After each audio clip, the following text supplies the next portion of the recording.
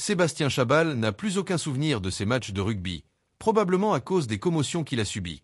L'ancien international français Sébastien Chabal n'a aucun souvenir des matchs qu'il a disputés dans sa carrière, probablement en raison des commotions qu'il a subies, a déclaré le joueur de rugby dans un entretien. Je n'ai aucun souvenir d'une seule seconde d'un match de rugby que j'ai joué, a déclaré Chabal, 47 ans, 62 sélections avec le 15 de France, dans un entretien publié mercredi sur la chaîne YouTube Legend. Je ne me souviens pas d'une seule des 62 Marseillaises que j'ai vécues, ajoute l'ancien deuxième ou troisième ligne, passé notamment par Bourgoin, le Racing 92 ou le club anglais de Salles. Chabal n'a pas consulté de neurologue. Chabal, qui ne prononce pas le mot de commotion durant l'entretien, n'a pas consulté de neurologue. Pourquoi faire ? La mémoire ne reviendra pas, déclare le joueur, qui explique ne plus avoir non plus de souvenir de la naissance de sa fille. Il y a pas mal d'actions qui sont faites par d'anciens joueurs, des collectifs, parce qu'on a pris un peu d'épée au casque. Il y a le pâté qui a touché la boîte comme on dit chez nous, reconnaît encore Chabal, un des joueurs français les plus médiatiques dans les années 2000.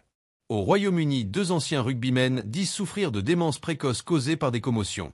Au Royaume-Uni, des centaines d'anciens rugbymen, dont le gallois Alex Popham ou le talonneur anglais Steve Thompson, vainqueur du mondial 2003, sont ainsi engagés dans une procédure judiciaire collective contre World Rugby et les fédérations anglaises et galloises. Popham et Thompson ont tous deux révélé avoir souffert de démence précoce, causée par les commotions subies durant leur carrière.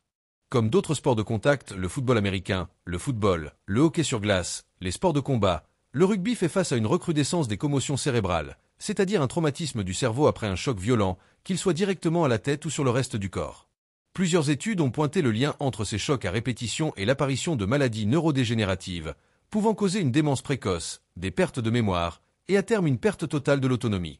En juin 2024, le deuxième ligne Bernard Leroux, né en Afrique du Sud mais qui a porté le maillot du 15 de France à 47 reprises, avait annoncé sa retraite à 35 ans, après 18 mois éloigné des terrains en raison de commotion.